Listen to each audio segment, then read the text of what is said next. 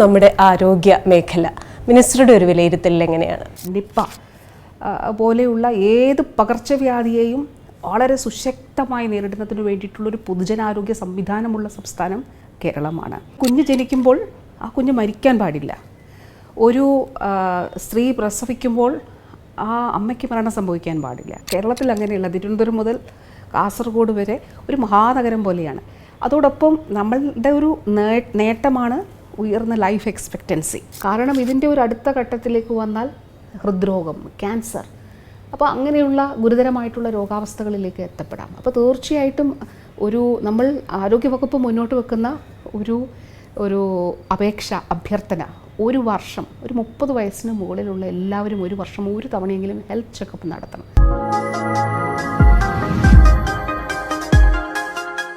നമസ്കാരം. ശാന്തമായ മനസ്സ് ഉൾക്കരുത്തും ആത്മവിശ്വാസവും നൽകുന്നു, ഒപ്പം മികച്ച ആരോഗ്യവും. പറഞ്ഞത് ആത്മീയാചാര്യനായ ദലൈലാമയാണ്. പേനയും മഷിയും പോലെ, കാറും ടയറും പോലെ അത്രമേൽ പരസ്പര പൂരകങ്ങളാണ് മനസ്സും ശരീരവും ആരോഗ്യവും. ഒരു സമൂഹത്തിന്റെ ആരോഗ്യ സംരക്ഷണത്തിൽ ഓരോ വ്യക്തിക്കും പൊതുസമൂഹത്തിനും വലിയൊരു പങ്കുണ്ട്. ആ പങ്ക് നമ്മൾ എത്രത്തോളം വഹിക്കുന്നുണ്ട്? നമ്മുടെ കേരളത്തിന്റെ ആരോഗ്യ പരിപാലനത്തിൽ എന്തൊക്കെ വെല്ലുവിളികളാണുള്ളത്? ജീവിതശൈലി രോഗങ്ങളിൽ നിന്ന് നമുക്ക് എങ്ങനെ രക്ഷ നേടാം? അവയവദാനം നടത്തുമ്പോൾ എന്തൊക്കെ കാര്യങ്ങൾ നമ്മൾ ശ്രദ്ധിക്കണം? ഇതിനെല്ലാം ഉത്തരം പറയുന്നത് നമ്മുടെ സംസ്ഥാനത്തിന്റെ ആരോഗ്യ മേഖലയുടെ ചുക്കാൻ പിടിക്കുന്ന നമ്മുടെ പ്രിയപ്പെട്ട ആരോഗ്യമന്ത്രിയാണ് Shrimati Veena George. Welcome to Value Plus. നമസ്കാരം. Thank you. നമ്മൾ 1957 ലൈഫ് മാഗസിനിൽ കേരളത്തെക്കുറിച്ച് പറഞ്ഞത് ഏറ്റവും ചെറിയ ദരിദ്രമായ സംസ്ഥാനമെന്ന്. 64 ന്യൂയോർക്ക് ടൈംസും അതേ തന്നെ എഴുതി, ദാരിദ്ര്യത്തിന്റെ ഒരു പ്രതീകമെന്ന്. അതിനുശേഷം ഇന്ദിരാഗാന്ധി പറഞ്ഞു, കേരളത്തിലുള്ളവർക്ക് അരി കിട്ടിയിട്ടേ ഞാൻ ഭക്ഷണം കഴിക്കൂ, അല്ലെങ്കിൽ എൻ്റെ അരിക്ക് റേഷൻ ഏർപ്പെടുത്താൻ പോവുകയാണെന്ന്. പക്ഷെ ആ ഒരു നിലവാരത്തിൽ നിന്ന് നമ്മുടെ സംസ്ഥാനം ഒരു റോക്കറ്റ് കുതിപ്പാണ് നടത്തിയത്. നമ്മുടെ ആരോഗ്യ മേഖലയിലും നമ്മുടെ വിദ്യാഭ്യാസത്തിലും നമ്മൾ നടത്തിയ ഒരു നിക്ഷേപം വലിയ പ്രാധാന്യം അർഹിക്കുന്നുണ്ട്. ഇപ്പോൾ നമ്മുടെ ആരോഗ്യ മേഖല മിനിസ്റ്ററുടെ ഒരു വിലയിരുത്തൽ എങ്ങനെയാണ്? പറഞ്ഞു തുടങ്ങിയിടത്തു നിന്ന് സംസാരിച്ചാൽ നമുക്ക് 1950കളുടെ ഒരു സാഹചര്യം എന്ന് പറഞ്ഞാൽ കേരളത്തിൻ്റെ ഒരു സാമൂഹിക അന്തരീക്ഷവും ഉഴുതുമറിക്കപ്പെട്ടിരുന്നു. നവോത്ഥാന മുന്നേറ്റത്തിലൂടെ പ്രത്യേകിച്ച് നമ്മുടെ ബോധ്യങ്ങളിലൊക്കെ വലിയ മാറ്റം വന്നിരുന്നു. വിദ്യാഭ്യാസം ആവശ്യമാണ് എന്നുള്ള ബോധ്യം, അതോടൊപ്പം ആരോഗ്യം. ഇപ്പോൾ ശ്രീനാരായണ ഗുരു തന്നെ ശുചിത്വത്തെക്കുറിച്ച് പറഞ്ഞു. അപ്പോൾ ഒരു വ്യക്തിയുടെ ആരോഗ്യ സങ്കല്പങ്ങളിൽ മാറ്റം, അതുപോലെ വിദ്യാഭ്യാസം പരമപ്രധാനമാണെന്നുള്ള ചിന്ത. ആദ്യത്തെ ഗവൺമെൻറ് EMS സർക്കാരിൻ്റെ കാലഘട്ടത്തിൽ സാർവത്രിക വിദ്യാഭ്യാസ നിയമം നടപ്പിലാക്കിയ ബില്ല് നിയമസഭ പാസ്സാക്കി. അവിടുന്ന് ഇങ്ങോട്ട് കേരളത്തിൽ വളരെ വിപ്ലവകരമായിട്ടുള്ള മാറ്റം, സമൂലമായിട്ടുള്ള സമഗ്രമായിട്ടുള്ള മാറ്റമാണ് ഉണ്ടായത്. അപ്പോൾ നമ്മുടെ ബോധ്യങ്ങളിൽ മാറ്റമുണ്ടായി. അപ്പോൾ ഒരു കുഞ്ഞ് ജനിക്കുമ്പോൾ ആ കുഞ്ഞ് മരിക്കാൻ പാടില്ല. ഒരു സ്ത്രീ പ്രസവിക്കുമ്പോൾ ആ അമ്മയ്ക്ക് മരണം സംഭവിക്കാൻ പാടില്ല. അപ്പം ഇങ്ങനെയുള്ള ബോധ്യങ്ങൾ രൂപപ്പെട്ട് ഇന്ന് നമ്മൾ എത്തി നിൽക്കുന്ന സ്ഥിതി, രാജ്യത്തെ ഏറ്റവും കുറവ് ഇൻഫൻറ്റ് മോർട്ടാലിറ്റി ഉള്ള സംസ്ഥാനം കേരളമാണ്. ഏറ്റവും കുറവ് മെറ്റേണൽ മോർട്ടാലിറ്റി ഉള്ള സംസ്ഥാനം കേരളമാണ്. ഏറ്റവും ഉയർന്ന ലൈഫ് എക്സ്പെക്റ്റൻസി ഉള്ള സംസ്ഥാനം കേരളമാണ്. അതോടൊപ്പം തന്നെ ഏത് സാഹചര്യത്തെ, ഇപ്പം നമ്മൾ കോവിഡ്, നിപ്പ പോലെയുള്ള ഏത് പകർച്ചവ്യാധിയെയും വളരെ സുശക്തമായി നേരിടുന്നതിന് വേണ്ടിയിട്ടുള്ളൊരു പൊതുജനാരോഗ്യ സംവിധാനമുള്ള സംസ്ഥാനം കേരളമാണ്. ഇപ്പോൾ ഈ ഒരു കാലഘട്ടത്തിൽ തന്നെ നമ്മൾ നോക്കിയാൽ നമുക്ക് ഒട്ടനേകം പകർച്ചവ്യാധികൾ വന്നു പുതുതായി. ഇപ്പം സിക്ക കൊതുകുജന്യ രോഗമാണ്. പക്ഷെ അത് വന്നത് പോലും അല്ലെങ്കിൽ തിരുവനന്തപുരത്തും അല്ലെങ്കിൽ ചില ഇടങ്ങളിൽ മാത്രം വന്ന് അതൊരു വ്യാപനത്തിലേക്ക് പോകാതെ തടയപ്പെടുന്നൊരു സാഹചര്യം ഉണ്ടായി. അത് കൃത്യമായിട്ടുള്ള പൊതുജനാരോഗ്യ ഇടപെടലുകളിലൂടെയാണ്. ഇപ്പം മങ്കി പോക്സ് ലോകാരോഗ്യ സംഘടന തന്നെ അതിനെ ഒരു ഹെൽത്ത് എമർജൻസി എന്നുള്ള നിലയിൽ വിശേഷിപ്പിച്ചു. ഇവിടെ നമ്മുടെ വിദേശത്ത് നിന്ന് വന്ന നമ്മുടെ സഹോദരങ്ങളിലാണിത് കണ്ടെത്തിയത്. പക്ഷെ അങ്ങനെ വന്ന ഫസ്റ്റ് കേസ് തന്നെ നമ്മൾ ഐഡൻറ്റിഫൈ ചെയ്തു എന്നുള്ളതാണ്. കൃത്യമായിട്ടുള്ള ചികിത്സ തന്നെ. പക്ഷെ അതിൽ നിന്ന് അങ്ങനെ വന്നവരിൽ നിന്നൊരു സെക്കൻഡ് കേസ് ഉണ്ടായിട്ടില്ല. അതുകൊണ്ട് മങ്കി പോക്സ് ഇവിടെ ഒരു വിഷയമേ ആയില്ല എന്നുള്ളതാണ്. അപ്പോൾ നമ്മുടെ പൊതുജനാരോഗ്യ സംവിധാനം വളരെ സുശക്തമായിട്ട് നിലനിൽക്കുന്നു. ഇപ്പോൾ നിപ്പ 2018 ഒരു ഔട്ട് ബ്രേക്ക് എന്നുള്ള നിലയിലുണ്ടായി. പിന്നെ ഒരു ഔട്ട് ബ്രേക്ക് ഉണ്ടാകുന്നത് 2023 കഴിഞ്ഞ വർഷമാണ്. അതിനിടയിൽ ഉണ്ടായ 2 നിപ്പ കേസുകൾ അത് ഒറ്റപ്പെട്ട കേസുകളായിരുന്നു. എറണാകുളത്തുണ്ടായതും 2021 വീണ്ടും കോഴിക്കോടുണ്ടായതും. അപ്പോൾ ഈ 2023 നമ്മൾ എത്തപ്പെട്ടപ്പോൾ ഈ നിപ്പ ബാധിച്ച ആളുകളുടെ എണ്ണം സിംഗിൾ ഡിജിറ്റിൽ പിടിച്ചു നിർത്താൻ കഴിഞ്ഞു. അത് 10 വന്നില്ല. അതോടൊപ്പം ഒരു ഔട്ട് ബ്രേക്ക് നിലനിൽക്കുമ്പോൾ തന്നെ ഇൻഡെക്സ് കേസ്, ആദ്യത്തെ കേസ് ഏതാണെന്നുള്ളത് കണ്ടുപിടിക്കുക പരമപ്രധാനം. കാരണം ആ വ്യക്തിയിൽ നിന്നാണല്ലോ വൈറസ് മറ്റുള്ള ആളുകളിലേക്ക് വന്നിരിക്കുക. അപ്പോൾ ആ ഇൻഡെക്സ് കേസ് നമുക്ക് കൃത്യമായിട്ട് കണ്ടുപിടിക്കാൻ കഴിഞ്ഞു ഔട്ട് ബ്രേക്ക് നിലനിൽക്കുമ്പോൾ. അതോടൊപ്പം രാജ്യത്തൊരിടത്തും ലോകത്തൊരിടത്തും നിപ്പായുടെ ഒരു ഡെത്ത് റേറ്റ് ഒരിക്കലും 70-ൽ താഴ്ന്നിട്ടില്ല. പക്ഷേ ഇത്തവണ 2023 അത് 33% എന്നുള്ളതിലേക്ക് നമുക്ക് പിടിച്ചു നിർത്താനായിട്ട് കഴിഞ്ഞു. അപ്പം നമ്മുടെ പൊതുജനാരോഗ്യ സംവിധാനത്തെ സംബന്ധിച്ചിടത്തോളം വളരെ സുശക്തമായിട്ടുള്ള, അതൊരു വ്യക്തിയല്ല, നമ്മൾ ഇവോൾവ് ചെയ്തൊരു സിസ്റ്റമാണ്. അതോടൊപ്പം തന്നെ ഓരോരുത്തരും പ്രധാനമാണ്. ഇപ്പോൾ മുഖ്യമന്ത്രി തലത്തിൽ, മന്ത്രിതലത്തിൽ, അഡീഷണൽ ചീഫ് സെക്രട്ടറി, ഇങ്ങ് നമ്മളുടെ ഫീൽഡിൽ ഒരു വാർഡിൽ പ്രവർത്തിക്കുന്ന ആശ വരെ വളരെ പ്രധാനപ്പെട്ടത്. ഓരോ വ്യക്തിക്കും അവരുടേതായിട്ടുള്ള പ്രാധാന്യമുണ്ട്. അപ്പോൾ തീർച്ചയായിട്ടും ഒരു വ്യക്തിയല്ല, ഒരു സിസ്റ്റമാണ്.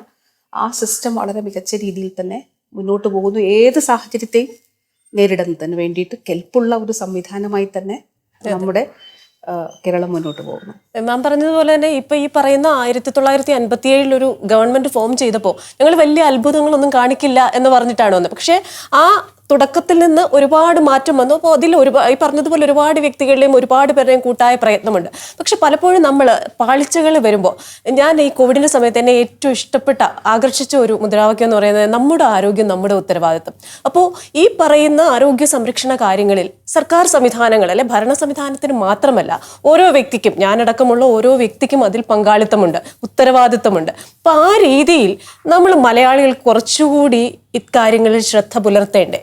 നമ്മളുടെ ഒരു പൊതു സ്വഭാവം, നമ്മൾ വളരെ ഹെൽത്ത് സീക്കിംഗ് ബിഹേവിയർ ഉള്ളവരാണ്. അപ്പോൾ നമുക്കൊരു ചെറിയ ജലദോഷം വന്നാൽ നമ്മൾ ചിലപ്പോൾ ഡോക്ടറെ കാണും. നമുക്കത് അങ്ങനെ ഒരു ഹെൽത്ത് അഡ്വൈസ് കൺസൾട്ടേഷന് ശേഷം നമ്മളൊരു മരുന്നെടുക്കും. അത് മറ്റുള്ള സംസ്ഥാനങ്ങളുമായിട്ടൊക്കെ താരതമ്യം ചെയ്യുമ്പോൾ നമ്മൾ വളരെ മുന്നിലാണത്. അതുകൊണ്ടാണ് നമ്മളുടെ ഒരു ഔട്ട് ഓഫ് പോക്കറ്റ് എക്സ്പെൻഡിച്ചർ നോക്കുമ്പോഴും ചിലപ്പോൾ കേരളം മുന്നിൽ നിൽക്കുന്നതിൻ്റെ ഒരു കാരണം ഇതാണ്. എല്ലാ കാര്യങ്ങളും നമ്മളൊരു അതിലൊരു ആ രീതിയിലുള്ള ഒരു ബിഹേവിയർ നമുക്കുള്ളത് കൊണ്ടാണ്. പക്ഷേ ഈ പറഞ്ഞത് വളരെ പരമപ്രധാനമായിട്ടുള്ളൊരു കാര്യമാണ്. അതായത് health is our health is our responsibility. എൻ്റെ ആരോഗ്യം എൻ്റെ ഉത്തരവാദിത്തമാണ്. അപ്പോൾ ഉദാഹരണം പറഞ്ഞാൽ, ഇപ്പോൾ കോവിഡ് കാലത്താണ് എൻ്റെ ശുചിത്വം, എൻ്റെ കൈകളുടെ ശുചിത്വം, എൻ്റെ വ്യക്തി ശുചിത്വം, ഇതൊക്കെ വളരെ പ്രധാനമാണ് എന്നുള്ള ഒരു ആ രീതിയിലേക്ക് ഒരു ചിന്തകൾ മാറിയിട്ടുള്ളത്, അല്ലെങ്കിൽ അങ്ങനെ ഒരു ഓറിയൻറ്റേഷൻ ഉണ്ടായിട്ടുള്ളത്. തീർച്ചയായിട്ടും ഇപ്പോൾ കേരളത്തെ സംബന്ധിച്ചിടത്തോളം നമ്മൾ നേരിടുന്ന ചില ചാലഞ്ചസ് കൂടിയുണ്ട്. ഒന്ന് നമ്മുടെ ജനസാന്ദ്രതയാണ്, പോപ്പുലേഷൻ ഡെൻസിറ്റി. മറ്റ് സംസ്ഥാനങ്ങളുമായി താരതമ്യം ചെയ്യുമ്പോൾ നമ്മുടെ പോപ്പുലേഷൻ ഡെൻസിറ്റി വളരെ, കാരണം ഈ ചെറിയ സംസ്ഥാനത്താണ് ഈ 3.5 കോടി ജനങ്ങൾ ഉള്ളത്. ഇപ്പോൾ മറ്റ് സംസ്ഥാനങ്ങളിൽ പോയാൽ നമ്മൾ കാണാം ഒരു ടൗൺ, പിന്നെ കുറേ വിജനമായ സ്ഥലങ്ങൾ. ഇനി ഗ്രാമപ്രദേശങ്ങളാണെങ്കിൽ കൃഷിയിടങ്ങളിലിടയിൽ ഒറ്റപ്പെട്ട വീടുകൾ, ഇങ്ങനെ നമുക്ക് കാണാനായിട്ട് കഴിയും. പക്ഷേ കേരളത്തിൽ അങ്ങനെയല്ല. തിരുവനന്തപുരം മുതൽ കാസർഗോഡ് വരെ ഒരു മഹാനഗരം പോലെയാണ്. അതോടൊപ്പം നമ്മളുടെ ഒരു നേട്ടമാണ് ഉയർന്ന ലൈഫ് എക്സ്പെക്റ്റൻസി. അതായത് നമ്മുടെ ലൈഫ് എക്സ്പെക്റ്റൻസി 76-ന് മുകളിലാണ്. തുടർന്ന് സീനിയർ സിറ്റിസൺസിൻ്റെ എണ്ണം നമ്മുടെ സമൂഹത്തിൽ കൂടുതലാണ്. ഇത് നമ്മുടെ ഒരു ആരോഗ്യ നേട്ടമാണ്. പക്ഷേ ഇത് നമുക്ക് ഉയർത്തുന്ന, അതായത് ഈ പറഞ്ഞ കാര്യങ്ങൾ, ജനസാന്ദ്രത, അതോടൊപ്പം വളരെ പ്രധാനമായ കാര്യം ജീവിതശൈലി രോഗങ്ങൾ, ഇത് നമുക്ക് ഉയർത്തുന്ന വലിയ വെല്ലുവിളികളുണ്ട്. അപ്പോൾ അത് നമുക്ക് പകർച്ചവ്യാധികൾ വരാനുള്ള സാധ്യതകൾ വളരെ വളരെ വളരെ കൂടുതലാണ്. അതോടൊപ്പം തന്നെ മാൻ ആനിമൽ ഇൻട്രാക്ഷൻ, ഇത് പറയാൻ പ്രത്യേക കാരണം ഇനി നമ്മൾ പ്രതീക്ഷിക്കേണ്ടത് ജന്തുജന്യ രോഗങ്ങൾ. അപ്പോൾ ഈ രോഗങ്ങളെല്ലാം തന്നെ നോക്കിയാലും നമുക്ക് മൃഗങ്ങളിൽ നിന്ന് വന്ന വൈറസിൽ നിന്നാണ് ഈ രോഗങ്ങൾ ഉണ്ടായിട്ടുള്ളത്. അപ്പോൾ തീർച്ചയായിട്ടും പരമപ്രധാനമായിട്ടുള്ളൊരു കാര്യം വ്യക്തി ശുചിത്വം, വ്യക്തിയുടെ റെസ്പോൺസിബിലിറ്റി എന്നുള്ളത്. ഇപ്പോൾ ഈ തവണ കേരളത്തിൽ ജോണ്ടിസ് കേസുകൾ കൂടിയിരുന്നു, മഞ്ഞപ്പിത്തം, ഹെപ്പറ്റൈറ്റിസ് എ. അതിൽ ഓരോ കേസും പരിശോധിക്കുമ്പോൾ സോഴ്സ് വെള്ളമാണ്, കുടിവെള്ളം. അപ്പോൾ മലിനമായിട്ടുള്ള കുടിവെള്ളം ആണ് ഈ രോഗ അവസ്ഥയിലേക്ക് വ്യക്തി എത്തിച്ചിട്ടുള്ളത്. ഇതിൽ ഒരു കാര്യം കൂടിയുണ്ട്. ഇപ്പം സാധാരണ മറ്റ് സംസ്ഥാനങ്ങളിലൊക്കെ ഈ ഹെപ്പറ്റൈറ്റിസ് എ കൊച്ചിലെ, അതായത് ബാല്യകാലത്ത് വന്നിട്ടങ്ങ് പോകും. കുഞ്ഞുങ്ങളിൽ ഇത് വലിയ സിവിയർ ആവില്ല. പക്ഷെ മുതിർന്നവർക്ക് ഹെപ്പറ്റൈറ്റിസ് എ വന്നാൽ ഗുരുതരമായിട്ടുള്ള ശാരീരിക അവസ്ഥകൾ ഉണ്ടാകും, മരണം വരെ സംഭവിക്കാനുള്ള സാധ്യതയുണ്ട്. മുതിർന്നവർക്ക് ഹെപ്പറ്റൈറ്റിസ് എ ബാധിച്ചാൽ വളരെ ഗൗരവമുള്ള സ്ഥിതിവിശേഷമാണ്. അപ്പോൾ നമുക്കിതിനെ എങ്ങനെയാണ് പ്രതിരോധിക്കാൻ കഴിയുന്നത്? ഏറ്റവും പ്രധാനപ്പെട്ട കാര്യം തിളപ്പിച്ചാറിയ വെള്ളം കുടിക്കുക എന്നുള്ളതാണ്. അതോടൊപ്പം ഇപ്പോൾ നമ്മൾ ഹോട്ടലുകളിൽ പോകുമ്പോൾ അത് വ്യക്തി മാത്രമല്ല, അതിൻ്റെ ഉത്തരവാദിത്തപ്പെട്ടവർ കൂടിയുണ്ട്. അതായത് നമ്മൾ ഈ ചട്നിയിൽ ഒഴിക്കുന്ന വെള്ളം ഏതാണ്, അല്ലെങ്കിൽ ജ്യൂസിൽ ഒഴിക്കുന്ന വെള്ളം ഏതാണ്, അത് സമൂഹത്തിൻ്റെ കൂടി, അതായത് ആ ബിസിനസ് നടത്തുന്നവരുടെ, ഹോട്ടലുകളുടെ, റെസ്റ്റോറൻറ്റ്, കടകളുടെ ഉത്തരവാദിത്വമാകുന്നു. പക്ഷെ നമ്മൾ വ്യക്തികൾ എന്നുള്ള നിലയിൽ എൻഷുർ ചെയ്യാൻ കഴിയുന്നത് കുടിവെള്ളം ശുദ്ധമായിട്ടുള്ള, തിളപ്പിച്ചാറിയ വെള്ളം കുടിക്കുക, ശുദ്ധമായിട്ടുള്ള ഭക്ഷണം കഴിക്കുക എന്നുള്ളതാണ്. ഈ ഏത് പകർച്ചവ്യാധിയെ സംബന്ധിച്ചും ഇത് വളരെ വളരെ പ്രധാനപ്പെട്ടതാണ്. രോഗം ഒരാളിൽ നിന്ന് മറ്റൊരാളിലേക്ക് പകരാതെ ഇരിക്കാൻ ഇത് വളരെ പ്രധാനപ്പെട്ടതാണ്. അതുമാത്രമല്ല, ഈ അവർ ഹെൽത്ത് ഈസ് അവർ റെസ്പോൺസിബിലിറ്റി എന്ന് പറയുമ്പോൾ ജീവിതശൈലി രോഗങ്ങൾ, ഇപ്പോൾ നമ്മൾ പൊതുവിൽ നമ്മുടെ ഒരു സംസ്ഥാനത്തെ പ്രമേഹമുള്ളവരുടെയും രക്തസമ്മർദ്ദമുള്ളവരുടെയും ഒക്കെ ഒരു കണക്കെടുത്ത് നോക്കിയാൽ വലിയ രീതിയിൽ കൂടിയിട്ടുണ്ട്. ഇപ്പോൾ നമ്മൾ നവകേരള കർമ്മ പദ്ധതിയുടെ ഭാഗമായി ആർദ്രം മിഷനിലൂടെ കേരളത്തിൽ കഴിഞ്ഞ വർഷം നമ്മളൊരു പ്രവർത്തനം ആരംഭിച്ചു. അതായത് വീടാനന്തരം പോയി നമ്മുടെ ഹെൽത്ത് വർക്കേഴ്സ് സർവേ ചെയ്യുന്നത് ആരൊക്കെയുണ്ട്, ആർക്കൊക്കെ അസുഖങ്ങളുണ്ട്, ഇനിയും ഒബീസ് ആണോ, ഈ അസുഖങ്ങളുള്ളവരിൽ ജീവിതശൈലി രോഗങ്ങളുണ്ടെങ്കിൽ കൃത്യമായി മരുന്ന് കഴിക്കുന്നുണ്ടോ, എത്ര ഇടവേളകളിൽ പരിശോധനകൾ നടത്തി, ഇതെല്ലാം പരിശോധിച്ചു. അപ്പം ജീവിതശൈലി രോഗങ്ങളുള്ളവർ കൃത്യമായിട്ടുള്ള മരുന്ന് കഴിച്ചിട്ട് അത് തീവ്രത കൂടുന്നില്ല എന്നുള്ളത് ഉറപ്പാക്കണം. അതൊരു റെസ്പോൺസിബിലിറ്റിയാണ്. ഇനി വരാൻ സാധ്യതയുള്ളവർ രോഗം വരുന്നില്ല എന്നുള്ളത് കൂടി ഉറപ്പാക്കേണ്ടതായിട്ടുണ്ട്. കാരണം ഇതിൻ്റെ ഒരു അടുത്ത ഘട്ടത്തിലേക്ക് വന്നാൽ ഹൃദ്രോഗം, ക്യാൻസർ, അപ്പോൾ അങ്ങനെയുള്ള ഗുരുതരമായിട്ടുള്ള രോഗാവസ്ഥകളിലേക്ക് എത്തപ്പെടാം. അപ്പോൾ തീർച്ചയായിട്ടും നമ്മൾ ആരോഗ്യവകുപ്പ് മുന്നോട്ട് വെക്കുന്ന ഒരു അഭ്യർത്ഥന, ഒരു വർഷം, ഒരു 30 വയസ്സിന് മുകളിലുള്ള എല്ലാവരും ഒരു വർഷം ഒരു തവണയെങ്കിലും ഹെൽത്ത് ചെക്കപ്പ് നടത്തണം. എനിക്ക് കുഴപ്പമില്ല എന്ന് പറഞ്ഞ് നമ്മളത് വിട്ടുകളയരുത് എന്നുള്ളതാണ്. അപ്പോൾ അതുകൊണ്ട് ആ ഹെൽത്ത് ചെക്കപ്പിൽ എങ്ങനെയാണ് നമ്മളുടെ വിവിധങ്ങളായിട്ടുള്ള കാര്യങ്ങൾ പരിശോധിച്ച് നമുക്ക് റിസ്ക് ഫാക്ടേഴ്സ് അനലൈസ് ചെയ്ത് രോഗം വരുന്നില്ല എന്നുള്ളത് ഉറപ്പാക്കുക എന്നുള്ളതാണ്. ഒരു കാര്യം കൂടി ഇപ്പോൾ നമ്മൾ ആലോചിക്കുന്നുണ്ട്, അത് നമ്മുടെ ഹെൽത്തി ലൈഫ് ക്യാമ്പയിനാണ്. അപ്പോൾ അതിൻ്റെ ഭാഗമായിട്ട്, അതായത് നല്ല ഭക്ഷണം, നല്ല വ്യായാമം ഉണ്ടാകണം. അപ്പം ഞാൻ നമ്മുടെ കുറച്ച് ഷെഫ്സുമായിട്ടുമൊക്കെ സംസാരിച്ചു. കാരണം സമൂഹത്തെ ഇൻഫ്ലുവൻസ് ചെയ്യാൻ കഴിയുന്ന ആളുകളുണ്ടല്ലോ. അപ്പോൾ അങ്ങനെ അവരുമായിട്ട് സംസാരിച്ച്, അങ്ങനെയുള്ള ഇൻഫ്ലുവൻഷ്യൽ ഗ്രൂപ്പ്സുമായിട്ട് സംസാരിച്ചിട്ട് നമുക്കൊരു കേരളത്തിൽ പൊതുവെ ഒരു ഹെൽത്തി ലൈഫ് ക്യാമ്പയിൻ വേണം. ഇതിലേക്ക് എത്തപ്പെടുന്നതിന് ഒരു കാരണം കൂടിയുണ്ട്. ഇപ്പം നമ്മൾ സ്ത്രീകളിലെ എച്ച് ബി നോക്കിയാൽ മിക്ക സ്ത്രീകൾക്കും വിളർച്ചയുണ്ട്. ഇപ്പോൾ ഇന്ത്യയുടെ പൊതുസ്ഥിതി എടുത്താൽ വിളർച്ച ഏറ്റവും കുറവ് കേരളത്തിലാണ്. അപ്പോൾ 40% കുറവ് വിളർച്ചയുള്ള ഒറ്റ സംസ്ഥാനമോ അത് കേരളമാണ്. പക്ഷേ നമുക്കത് പോരല്ലോ. നമ്മൾ ഇത്ര പുരോഗമന ഒരു സമൂഹമാണ്. ഇപ്പം നമ്മൾ പല സ്ത്രീകൾക്കും, പുരുഷന്മാർക്കും ഉണ്ട് കേട്ടോ, ആൺകുട്ടി അതുമുണ്ട്, പക്ഷെ കൂടുതൽ സ്ത്രീകൾ എന്നുള്ള നിലയിൽ നമ്മൾ സ്റ്റെപ്പ് കയറുമ്പോൾ കിതപ്പുണ്ടാവും. അപ്പോൾ നമ്മൾ പോയി ഹാർട്ടെല്ലാം ചെക്ക് ചെയ്യുമ്പോൾ ഹാർട്ടിന് കുഴപ്പമില്ല, വിളർച്ചയാകാം. പിന്നെ നമ്മുടെ കുഞ്ഞുങ്ങൾ ചിലപ്പോൾ അവർക്ക് പഠിക്കുമ്പോൾ ക്ഷീണമായിരിക്കും, ഉന്മേഷക്കുറവ്. നമുക്ക് തന്നെ ഒന്നിലും ഒരു ശ്രദ്ധ, ഒരു ഉന്മേഷക്കുറവാണ്, ഒന്നും ചെയ്യാൻ കഴിയുന്നില്ല. സ്റ്റെപ്പ് ഞാൻ ഈ പറഞ്ഞതുപോലെ ജോലിയിൽ തുടർച്ചയായിട്ടൊക്കെ ചെയ്യാൻ കഴിയുന്നില്ല. അസുഖത്തിൽ വിളർച്ചയായിരിക്കും. അപ്പം വിളർച്ച എന്നുള്ളതൊരു രോഗാവസ്ഥയാകാം. അതെ, വിളർച്ച ചിലപ്പോൾ നമുക്ക് പരിഹരിക്കാനും കഴിയും. ഇതിൽ ഏറ്റവും ശ്രദ്ധിക്കേണ്ട കാര്യം നഗരപ്രദേശങ്ങളിലെ സ്ത്രീകളിൽ വിളർച്ച കൂടുതലാണ് എന്നുള്ളതാണ്. അതായത് ജോലി ചെയ്യുന്ന സ്ത്രീകളിൽ, ഒരു സാമ്പത്തികമായി ശാക്തീകരിക്കപ്പെട്ട സ്ത്രീകളിൽ വിളർച്ചയുണ്ട് എന്നുള്ളതാണ്. അപ്പോൾ എന്തുകൊണ്ടാണ് നമ്മളുടെ ലൈഫ് നമ്മൾ ശ്രദ്ധിക്കുന്നില്ല, ഓരോ സ്ത്രീയെ സംബന്ധിച്ചിടത്തോളം. അവിടെയാണ് ആരോഗ്യവകുപ്പിൻ്റെ ഈ campaign, our health is our responsibility. നമ്മൾ ചെറിയ കാര്യം ശ്രദ്ധിച്ചാൽ നമുക്ക് ഈ വിളർച്ച മാറ്റാൻ കഴിയും. അപ്പോൾ വിളർച്ച, അതിന് വേണ്ടിയിട്ട് കേരളം ഒരു പ്രോഗ്രാം നമ്മൾ കഴിഞ്ഞ വർഷം ലോഞ്ച് ചെയ്തു. വിളർച്ചയിൽ നിന്ന് വളർച്ചയിലേക്ക് കേരളം എന്നുള്ളതാണ് വിവ. അതിൻ്റെ ലക്ഷ്യം ഇതാണ്. അപ്പോൾ അന്ന് കുറച്ചേറെ നമ്മൾ ഓഫീസുകൾ, പല ഡിപ്പാർട്ട്മെൻറ്റുകൾ ഇവരൊക്കെ മൊബിലൈസ് ചെയ്തിട്ട് വന്നൊന്ന് പരിശോധിക്കുമ്പോൾ പലർക്കും HP കുറവാണ്.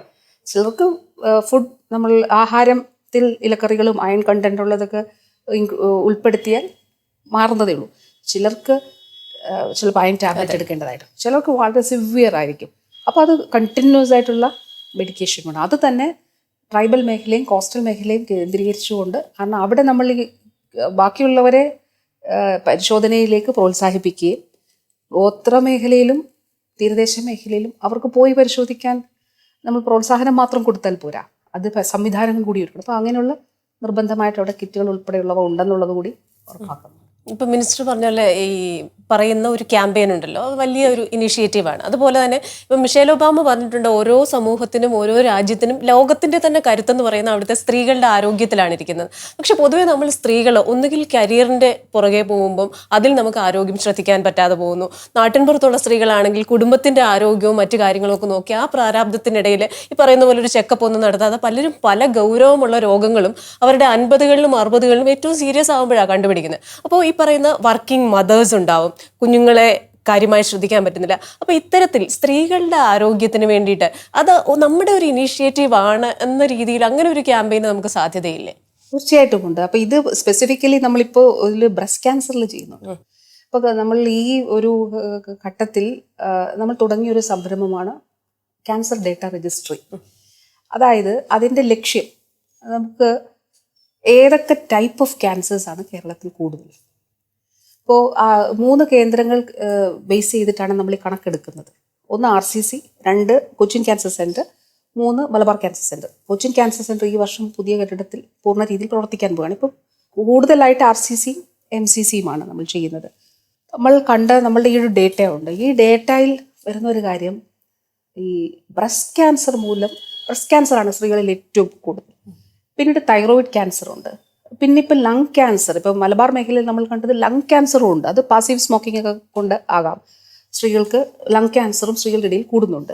സെർവൈക്കൽ ക്യാൻസറും ഉണ്ട്. 3ാമതായിട്ട് സെർവിക്കൽ ക്യാൻസർ വരും. ഞാൻ ലങ് ക്യാൻസർ അത്രയില്ല, താഴെയുള്ളൂ. പക്ഷെ ഞാൻ പറഞ്ഞത് ഈ ഒരു റൈസിങ് ട്രെൻഡ് അതിലുണ്ട് എന്നുള്ളതാണ്. അപ്പോൾ ഈ ബ്രസ്റ്റ് ക്യാൻസറിൽ ഒരു ഏറ്റവും ഒരു നിർഭാഗ്യകരമായിട്ടുള്ള കാര്യം, 3ാമത്തെ 4ാമത്തെ സ്റ്റേജിലാണ് കണ്ടുപിടിക്കുന്നത്, ആശുപത്രിയിലെത്തുന്നത്.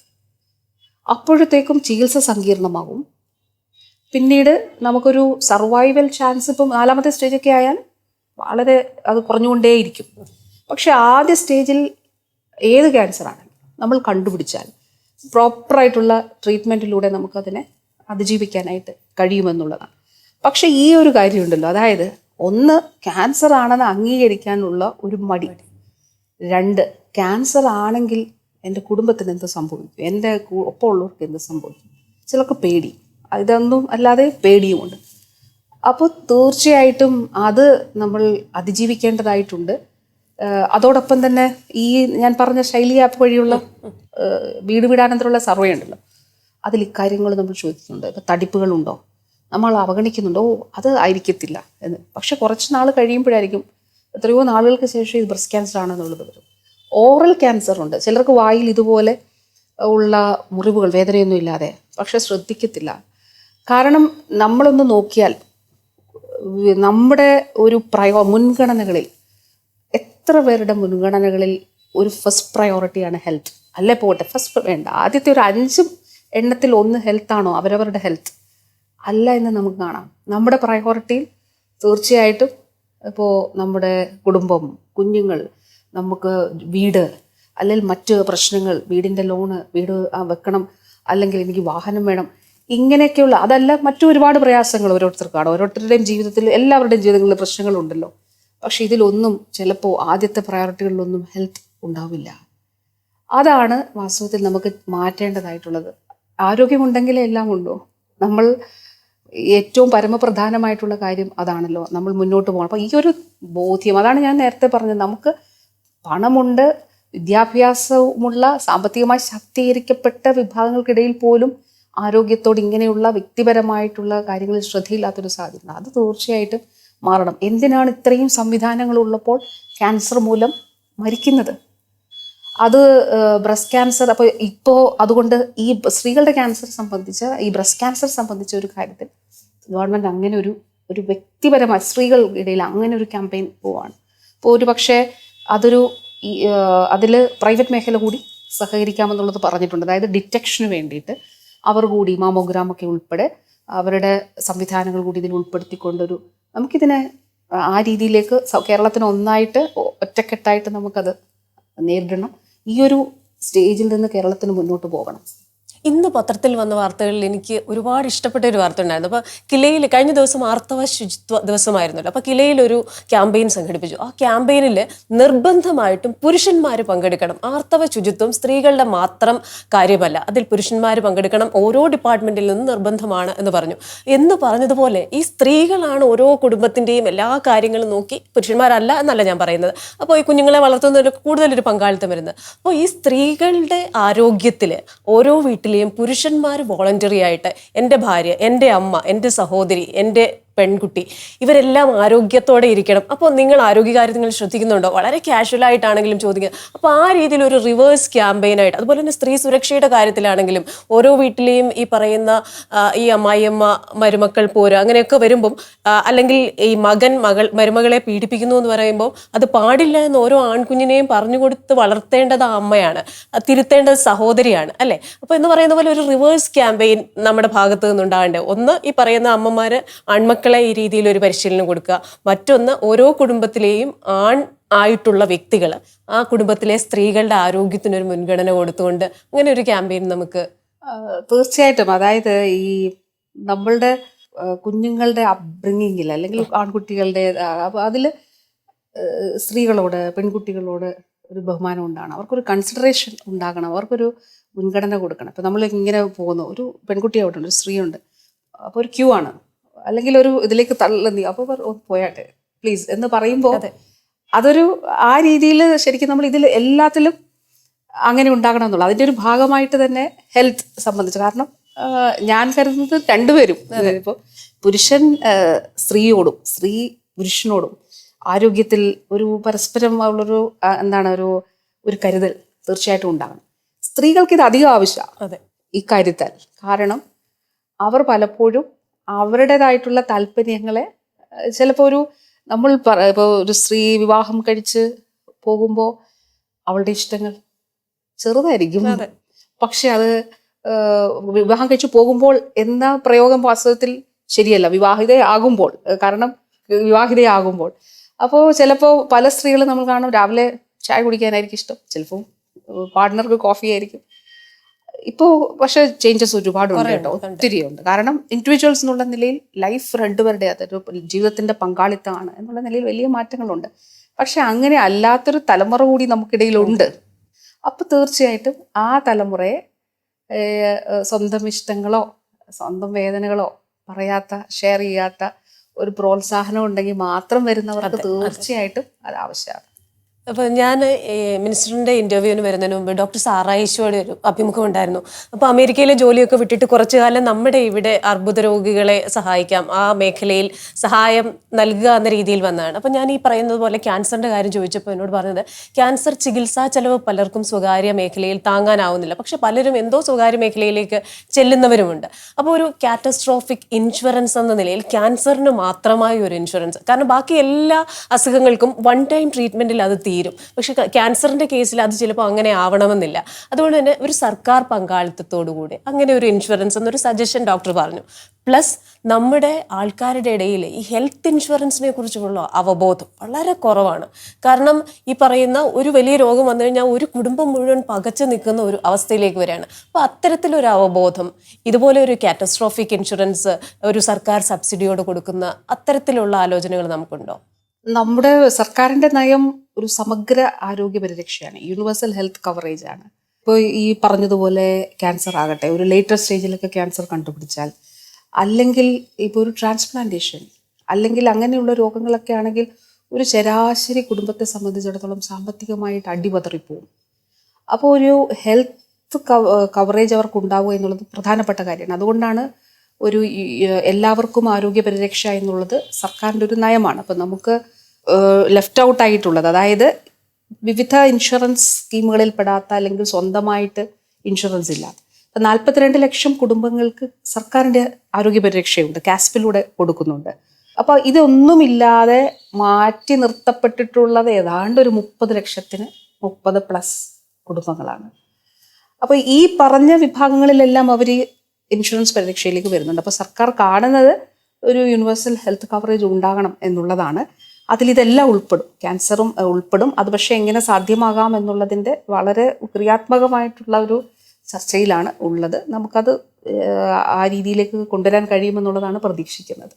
അതുപോലെ തന്നെ ഈ ശുദ്ധജലവും നല്ല ആഹാരവും മായം കലരാത്ത ആഹാരവും ഓരോ പൗരന്റെയും അവകാശമാണല്ലോ. പക്ഷേ ഈ അടുത്തിടെ ഭക്ഷ്യസുരക്ഷയിൽ ഒരുപാട് പ്രശ്നങ്ങൾ വരുന്നുണ്ട്. അത് നമുക്ക് ഈ പറയുന്നത് പോലെ ഭരണ സംവിധാനങ്ങളെയോ അധികൃതരെയോ മാത്രം ബ്ലെയിം ചെയ്തിട്ട് കാര്യമില്ല. ആരാണോ, കാരണം നമ്മൾ ഓരോ ഇൻഡിവിജ്വൽസും ആണല്ലോ ഓരോ സംരംഭവും നടത്തുന്നത്. അപ്പോൾ നമ്മൾ തീരുമാനിക്കണം നമ്മുടെ സംരംഭത്തിൽ എന്താണ് ആൾക്കാർക്ക് കൊടുക്കേണ്ടതെന്ന്. അപ്പോൾ ആ രീതിയിലും ഈ പറയുന്നത് പോലെ പലപ്പോഴും റെയ്ഡുകൾ നടക്കാറുണ്ട്. ആ സമയത്തേക്ക് കുറച്ചൊരു ക്ലിയറൻസ് വരും, പിന്നെ വീണ്ടും കുറച്ച് കഴിയുമ്പോൾ വീണ്ടും ഇത് തന്നെ. ചില ആഹാര സാധനങ്ങൾ ഈ പറയുന്ന ഓട്ടോമാൻ ടാക്സ് ഒക്കെ ഉപയോഗിച്ചിരുന്ന ഷവർമ നമ്മുടെ ഫേവറിറ്റ് ഫുഡാണ്. പക്ഷെ അത് പാചകം ചെയ്യുന്നതിലും ഉപയോഗിക്കുന്നതിലും ചിലപ്പോൾ വാങ്ങിച്ചു വെച്ചിട്ട് കുറേ നേരം കഴിഞ്ഞിട്ടായിരിക്കും ഉപയോഗിക്കുന്നത്. പാചകം ചെയ്യുന്നതിന് കൃത്യമായ താപനിലയൊന്നും ഫലിക്കുന്നില്ല. അപ്പോൾ എനിക്ക് തോന്നുന്നു എല്ലാ ഹോട്ടലുകളിലും എൻ്റെ കുഞ്ഞുങ്ങൾക്ക് ഈ ഭക്ഷണം, ഇവിടെ ഉണ്ടാക്കുന്ന ഭക്ഷണം എൻ്റെ കുഞ്ഞുങ്ങൾക്ക് ഒരു സംശയവും കൂടാതെ കൊടുക്കാൻ ഞാൻ തയ്യാറാണ് എന്ന് എഴുതി വെക്കാൻ ചങ്കൂറ്റം അവരും കാണിക്കേണ്ടതല്ലേ? അപ്പോൾ ആ ഒരു രീതിയിൽ തീർച്ചയായിട്ടും അത് വളരെ പ്രധാനമാണ്. ഇപ്പം ഞാൻ ഇന്നിപ്പോൾ സബ്ജക്ട് കമ്മിറ്റി ഇതിലായിരുന്നു, ഭക്ഷ്യസുരക്ഷയിലായിരുന്നു. അപ്പം ഞാൻ പറഞ്ഞു, നമ്മൾ ക്യാൻസർ പ്രോഗ്രാമുകൾക്ക് കോടിക്കണക്കിന് രൂപ ചെലവഴിക്കും. ഇപ്പോൾ സംസ്ഥാനത്ത് ആദ്യമായിട്ട് റോബോട്ടിക് ക്യാൻസർ സർജറി ഇപ്പോൾ സർക്കാർ മേഖലയിൽ വന്നു. RCCയിലായി, MCCയിലായി. ഇപ്പോൾ പുതിയ പുതിയ ചികിത്സാ സങ്കേതങ്ങൾ, കണ്ണിന് ഇപ്പം ക്യാൻസർ വന്നാൽ റെറ്റിനോബ്ലാസ്റ്റോമ കണ്ണെടുത്ത് കളഞ്ഞിട്ടാണ് ഇത്. പക്ഷേ ഇപ്പോൾ അങ്ങനെ അല്ലാതെ ഒരു ചികിത്സാ സംവിധാനം MCCയിൽ ഡെവലപ്പ് ചെയ്തു. പ്ലാക്ക് തെറാപ്പി എന്ന് പറഞ്ഞു, അതായത് കുഞ്ഞുങ്ങളുടേത് ഉൾപ്പെടെ. അപ്പോൾ രാജ്യത്ത് 4 ഇടത്ത് മാത്രമേ ഉള്ളത്, അത് MCCയിൽ. അപ്പം ഞാൻ പറഞ്ഞത് കോടിക്കണക്കിന് രൂപ ചികിത്സയ്ക്ക് വേണ്ടി ചിലവ്, കോടിക്കണക്കിന് രൂപ നമ്മൾ ആശുപത്രി. പക്ഷെ നമ്മൾ വളരെ പ്രാധാന്യത്തോടെ കാണേണ്ടത് ഇതിലേക്ക് നയിക്കപ്പെടുന്ന അല്ലെ ഇതിന് കാരണമാകുന്ന ചില കാര്യങ്ങൾ കൂടി ശക്തമായിട്ട് നമുക്ക് തടയേണ്ടതായിട്ടുമുണ്ട്. അപ്പോൾ അതിലേറ്റവും പ്രധാനപ്പെട്ട കാര്യങ്ങളിൽ ഒന്നാണ് ഭക്ഷ്യസുരക്ഷ. അപ്പോൾ അതിൽ FSSAI ആക്റ്റാണ്, കേന്ദ്ര ആക്റ്റാണ്. കേന്ദ്ര ആക്ട് പ്രകാരം നമുക്ക് ചെയ്യാൻ കഴിയുന്ന പരമാവധി കാര്യങ്ങളും പിന്നെ കുറേയേറെ കാര്യങ്ങൾ പുതുതായിട്ട് നമ്മളുടേതായിട്ട് നമ്മൾ നിയമത്തിനുള്ളിൽ നിന്നോട് ചെയ്തിട്ടുണ്ട്. ഇപ്പം ഉദാഹരണം പറഞ്ഞാൽ ഷവർമയുമായി ബന്ധപ്പെട്ട് ഈ പറഞ്ഞത് വളരെ ശരിയാണ്. ഇത്ര ടെമ്പറേച്ചറിൽ ഇത് കുക്ക് ചെയ്യും, അല്ലെങ്കിൽ ഇതിനകത്തുള്ള മീറ്റ് വേവത്തില്ല, അതിങ്ങനെ വേവാതെ അവിടെ. അപ്പം ഈ വേവാത്ത മീറ്റ് അകത്തുണ്ടെങ്കിൽ അതിനകത്ത് ബാക്ടീരിയയുടെ ഇതുണ്ടാകും. അങ്ങനെ കൃത്യമായ ടെമ്പറേച്ചർ മെയിൻറ്റെയിൻ ചെയ്യാതെ കുക്ക് ചെയ്യപ്പെടുന്നത്. പിന്നീട് പലയിടത്തും നമ്മൾക്ക് കാണാം ഓപ്പൺ ആയിട്ട് ഇത് ഷവർമ വെച്ചിരിക്കുകയാണ്, അതും വഴിയരികിലാണ്, ആളുകൾ ഇത് കാണാൻ വേണ്ടിയിട്ടാണ്. അപ്പോൾ ഈ റോഡിലുള്ള പൊടിയും മറ്റു കാര്യങ്ങളും മുഴുവൻ, അണുക്കളും മുഴുവൻ ഇതിലേക്ക് എത്തപ്പെടുന്നൊരു സാഹചര്യമുണ്ട്. പിന്നെ ഒരു കാര്യം മയണൈസാണ്. അപ്പോൾ 2021 ഒരു കേസ് ഉണ്ടായപ്പോൾ നമ്മൾ എനിക്ക് തോന്നുന്നു 10 വർഷം മുൻപ് ഒരു കേസ് ഉണ്ടായിരുന്നു, ഇപ്പോൾ 12 വർഷം മുൻപ്. അപ്പോൾ അന്നും വില്ലൻ മയണൈസ് ആയിരുന്നു. അപ്പോൾ ഈ പച്ചമുട്ട ഒഴിച്ചിട്ട് മയണൈസ് ഒഴിക്കുമ്പോൾ ഇത് കുറച്ചു നേരം വായുവിൽ എക്സ്പോസ്ഡ് ആയിരിക്കുമ്പോൾ ഇതിൽ ബാക്ടീരിയ വളരും. ഈ ബാക്ടീരിയ പറഞ്ഞതുപോലെ നമ്മൾ ടൗണിലായിരിക്കുമ്പോൾ ചിലപ്പോൾ ഇത് വാങ്ങിക്കും, അല്ലെങ്കിൽ നമ്മൾ ജോലി കഴിഞ്ഞ് പോകുമ്പോൾ ഇത് വാങ്ങിക്കും. ചിലപ്പോൾ നമ്മൾ ചെന്ന് കിടന്ന് ഉറങ്ങിപ്പോവും, അല്ല ചിലപ്പോൾ നമ്മുടെ വീട്ടിൽ ഗസ്റ്റ് ഉണ്ടാവും, അല്ല ഇപ്പോൾ വിചാരിക്കും നമ്മൾ ഈ വീടെല്ലാം ഒന്ന് ക്ലീൻ ചെയ്തിട്ട് നമുക്ക് കഴിക്കാം എന്ന് വിചാരിക്കും. ഇതവിടെ ഇരിക്കും ടേബിളിൽ, കുറേ നേരം കഴിഞ്ഞ് മണിക്കൂറുകൾ കഴിഞ്ഞ് നമ്മൾ കഴിക്കും. പക്ഷെ അപ്പോഴേക്കും ഇതിൽ ബാക്ടീരിയ വളർന്നിട്ടുണ്ടാകും. അപ്പോൾ ഇത് കഴിക്കുമ്പോൾ ഇത് ശരീരത്തിന് പ്രശ്നമാകും, മരണകാരണമാകുകയും ചെയ്യും. അങ്ങനെയാണ് ഡെത്തുകൾ ഉണ്ടാകുന്നത്. അപ്പോൾ നമ്മൾ എന്ത് ചെയ്തെന്ന് വെച്ചാൽ ഇതിന് എക്സ്പേർട്സിനെ വെച്ച് പ്രത്യേകമായ ഗൈഡ് ലൈൻ ഇറക്കി. പിന്നെ FSSAയിലുള്ള ഒരു പ്രത്യേക പ്രൊവിഷൻ വെച്ച് ഫുഡ് കമ്മീഷണർ ഒരു ഉത്തരവിറക്കി, മയണൈസ് പച്ചമുട്ട കൊണ്ടുള്ള മയണൈസ് നിരോധിച്ചിരിക്കുന്നു. അപ്പോൾ ഇവിടെ നമ്മളുടെ ഹോട്ടലുകളുടെയും റെസ്റ്റോറൻറ്റുകളുടെയൊക്കെ ആളുകൾ വന്നു, എങ്ങനെയാണ് ഈ മയണൈസാണ് ഏറ്റവും ആളുകൾക്ക് വേണ്ടത്, ഏറ്റവും ഇഷ്ടം അതാണ്. വെജിറ്റബിൾ മയണൈസ് ഭയങ്കര എക്സ്പെൻസീവാണ്. ഞാൻ പറഞ്ഞു വേറെ നമുക്കൊരു ഓൾട്ടർനേറ്റീവ് ഇല്ല. അപ്പോൾ അതുകൊണ്ട് നിങ്ങൾ വെജിറ്റബിൾ മയണൈസ് കൊടുക്കണം, പച്ചമുട്ട കൊണ്ടുള്ളത് കൊടുക്കരുത്. രണ്ടാമത്തെ കാര്യം, നിങ്ങൾ ഫുഡ് പാഴ്സലിൽ എഴുതണം ഇപ്പോൾ എത്ര സമയത്ത് കൊടുക്കുന്നു. ഇപ്പോൾ വൈകുന്നേരം 6 മണിക്ക് കൊടുക്കുന്നു, 6 PM കൊടുത്തു, എത്ര മണിക്കൂറിനകം ഈ ഫുഡ് ഉപയോഗിക്കാൻ കഴിയും. പല ഭക്ഷണത്തിനും പല സമയമാണ് ഉള്ളത്. അപ്പോൾ 2 മണിക്കൂറാണോ 2 മണിക്കൂർ, 3 മണിക്കൂറാണോ 3 മണിക്കൂർ, എത്ര മണിക്കൂർ ഡ്യൂറേഷൻ, അത് റൈറ്റാണ് കൺസ്യൂമറിൻ്റെ. ആ സ്റ്റിക്കർ ഉണ്ടാകണം. ഇത് നമുക്ക് സംസ്ഥാനത്ത് ഉണ്ടായിരുന്നില്ല. അപ്പോൾ പറഞ്ഞു ഞങ്ങൾ എങ്ങനെ ചെയ്യും? ഞാൻ പറഞ്ഞു നിസ്സാരമായി നിങ്ങൾക്ക് ചെയ്യാൻ കഴിയുന്ന രീതിയിൽ നിങ്ങൾ ചെയ്യണം, പക്ഷെ അത് ചെയ്തിരിക്കണം സ്റ്റിക്കറിൻ്റെ കാര്യം. പക്ഷേ പലയിടത്തും ഇപ്പോൾ കഴിഞ്ഞ ദിവസം നമ്മൾ പരിശോധന നടത്തിയപ്പോൾ 52 സ്ഥാപനങ്ങൾ പൂട്ടി. ഈ ക്രൈറ്റീരിയ ഒന്നും പാലിക്കാതെ ഇപ്പോഴും പുറത്ത് ഇതുപോലെ എക്സ്പോസ്ഡ് ആയിട്ട് ഇരിക്കുന്ന ഇങ്ങനെയുള്ള ഇതിൽ 52 സ്ഥാപനങ്ങൾ പൂട്ടി.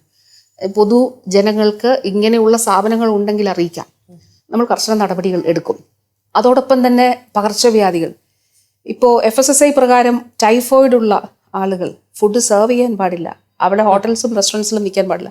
ആക്ടിൽ ടൈഫോയിഡ് ഉള്ള ആളുകൾ മാത്രമല്ല പകർച്ചവ്യാധികളുള്ളവർ, കൈകളുടെ നഖത്തിൻ്റെ ശുചിത്വം, അതുപോലെ പകർച്ചവ്യാധികൾ, ചുമയുള്ളവർ ചുമയ്ക്കും, ഫുഡ് കൊണ്ടുവരുമ്പോഴായിരിക്കും അതിൻ്റെ പാർട്ടിക്കിൾസ് നമ്മുടെ ഫുഡിൽ വീഴാം. അപ്പോൾ അതുകൊണ്ട് ജലദോഷം, പനി, അങ്ങനെ പകർച്ചവ്യാധികളുള്ളവർ നിർബന്ധമായിട്ടും അവിടെ ഉണ്ടാവാൻ പാടില്ല. ഹെൽത്ത് കാർഡ് നിർബന്ധമാക്കിയപ്പോൾ 2011 ആക്ട് രാജ്യത്ത് നിലവിൽ വന്നത്. പക്ഷേ ഇപ്പോൾ എനിക്ക് തോന്നുന്നു 2022 ഈ തീരുമാനമെടുത്ത് ഹെൽത്ത് കാർഡ് നിർബന്ധമാകണം. അപ്പോൾ ഭയങ്കരമായിട്ട് പ്രശ്നമുണ്ടായി ഞങ്ങളുടെ. സ്വാഭാവികമായി അതിനൊരു വിഷയം 2000 രൂപയാണ് ടൈഫോയിഡ് വാക്സിൻ. അപ്പോൾ 2000 രൂപയ്ക്ക് ഒരു ആൾക്ക് വേണ്ടിയിട്ട് 2000 രൂപ കൊടുത്ത്, കാരണം ഉടമസ്ഥൻ്റെ കൂടി ഉത്തരവാദിത്വവും ആണ്, അല്ലെങ്കിൽ ഇത് നടപടി ഉണ്ടാവും.